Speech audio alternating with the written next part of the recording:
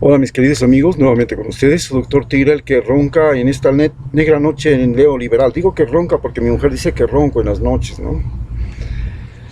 Y que hoy día va a analizar con ustedes lo que es la medicina y las conductas médicas frente al coronavirus cuando Estados Unidos anuncia que ha encontrado un medicamento para pacientes complicados, que este medicamento fue rechazado en China porque se hizo una prueba en un número de pacientes entre este medicamento y un placebo, y resulta que el placebo curó más que este medicamento. Pero cuando se dio, pero esta casa farmacéutica, este laboratorio, que es especialista en producir retrovirales, antivirales, inclusive uno de los antivirales del VIH, y que tiene la fama. El problema de la medicina norteamericana es que, al igual que el ejército norteamericano, resultaron ser los grandes perdedores, el uno en la guerra de Vietnam y de Afganistán, el ejército norteamericano. ¿Y por qué? Porque es el ejército más caro del mundo. Y la medicina norteamericana es la gran perdedora de esta pandemia, porque es a su vez la medicina más cara del mundo. ¿Cómo el ejército, y por qué el ejército norteamericano viola una de las más importantes normas del arte de la guerra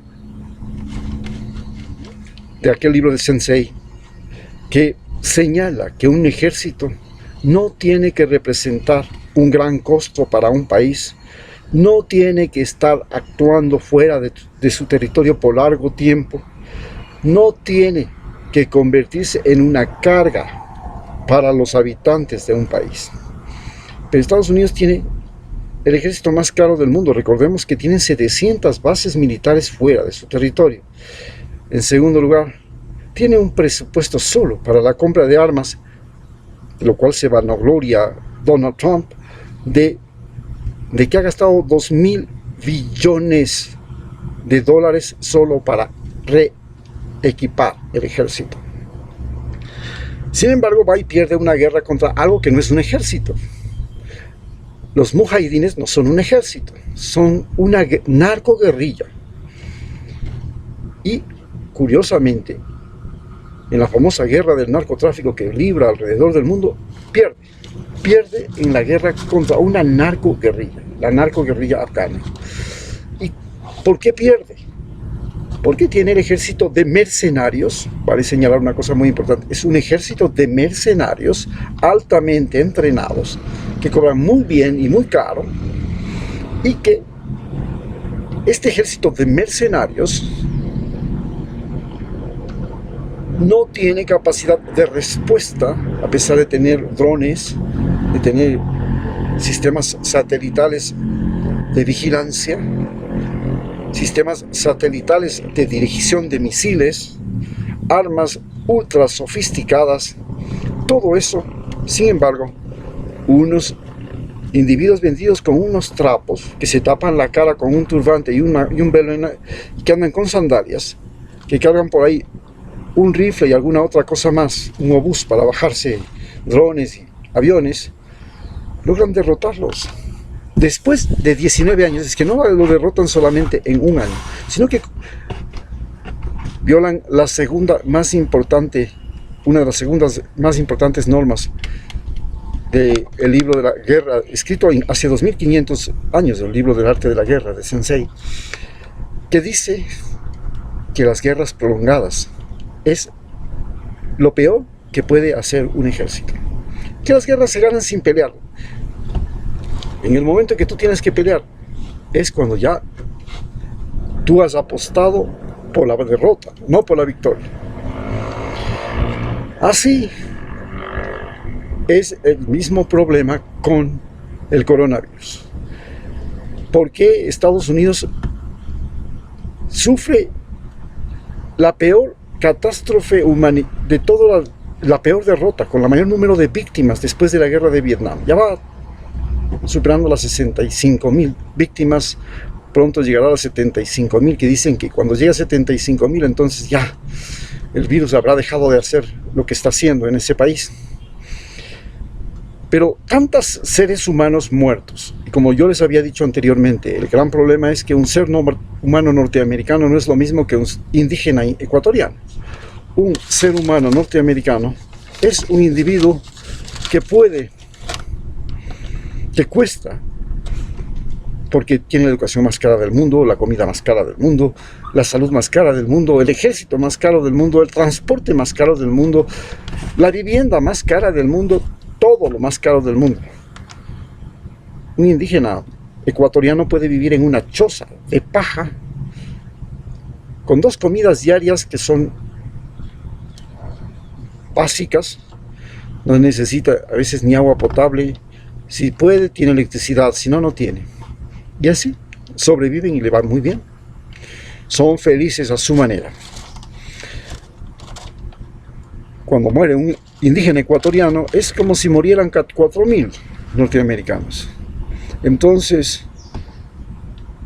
si hablamos de que se van a perder 74.000 personas en esta pandemia, multiplique eso por 4. 7 por 4, 28. Estamos hablando de que esto equivale a 280 millones de seres humanos que hubieran perdido su vida en el mundo. Eso es lo dramático de la pandemia en Estados Unidos.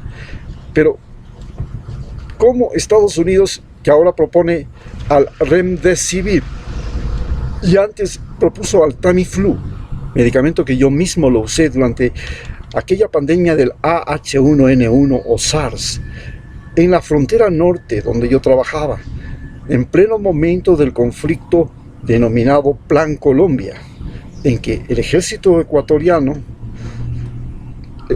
tenía que servir de yunque y el ejército norteamericano tenía que servir de martillo para aplacar a las FARC.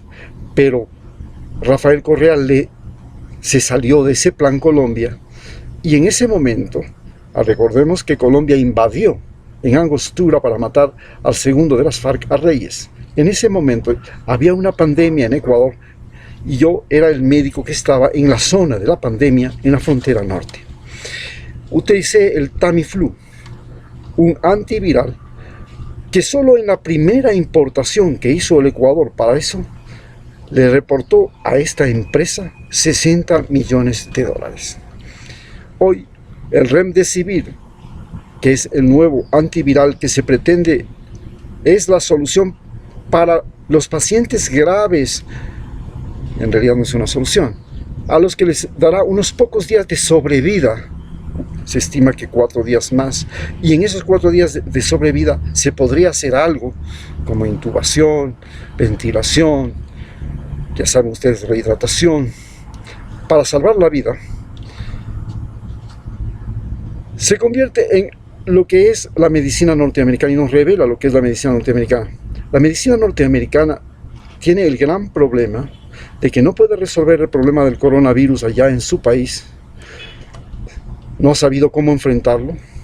Ha tenido una muy mala capacidad de respuesta, no solamente por culpa de Donald Trump, sino que no quisieron utilizar las pruebas chinas. Y en su American First y su nacionalismo, no aceptando esas pruebas, fabricaron sus propias pruebas y estas fallaron. Con eso se retrasó el proceso y entonces se volvió ya incontrolable la situación. Después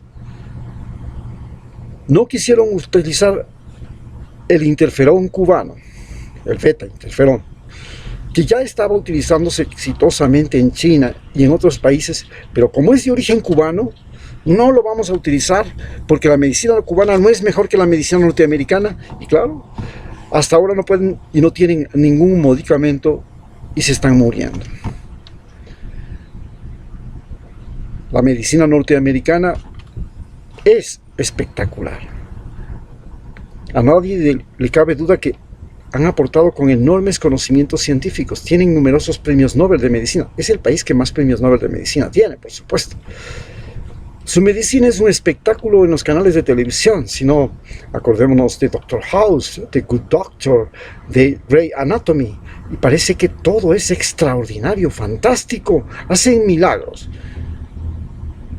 pero no pueden salvar a los norteamericanos, que son más vulnerables, por ejemplo, los que tienen sobrepeso, los que son mayores de edad, los que están en las calles, los indocumentados, los afros, los latinos. No puede ser nada. ¿Por qué? Porque es la medicina más cara del mundo. ¿Y dónde está el problema? El problema es que la salud en Estados Unidos, al igual que la guerra, es un negocio. ¿Por qué Estados Unidos mantuvo una guerra de 19 años con Afganistán? Para terminar derrotado.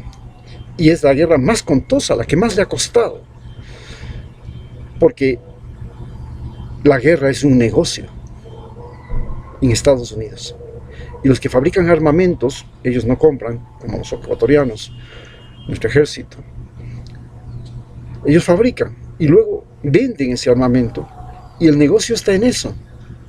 Utilizar la guerra de Afganistán para exhibir nuevas armas como mercado, como tribuna, como vitrina de sus nuevos armamentos.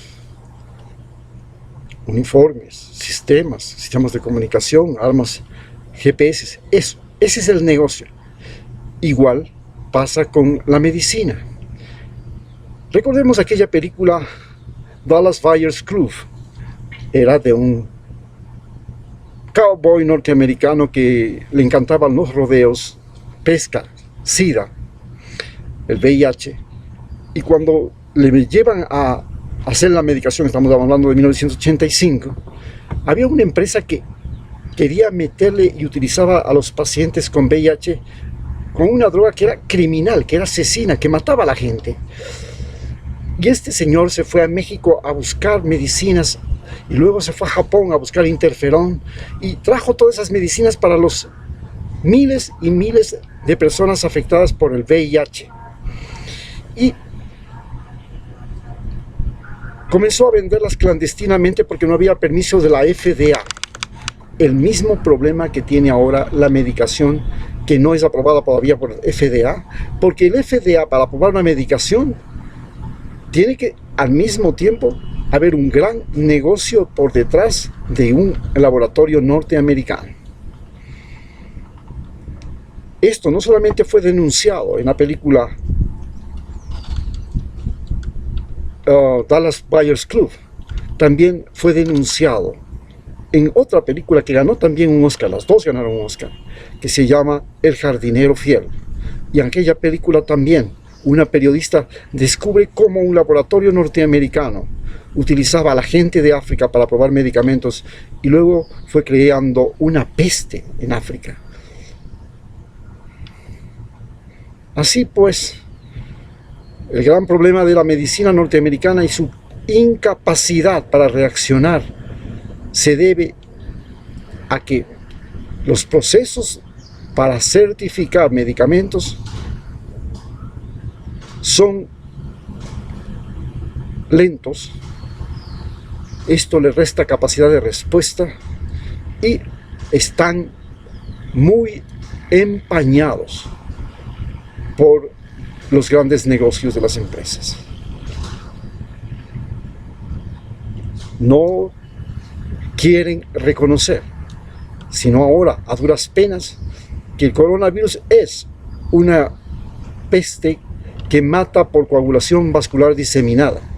Recién, esta semana, el día de antes de ayer, un canal de televisión de Miami comienza a reconocer que es la coagulación vascular diseminada, algo que ya se señaló en Italia y que lo señalamos nosotros hace 3 semanas, que era el mecanismo de combate de esta peste.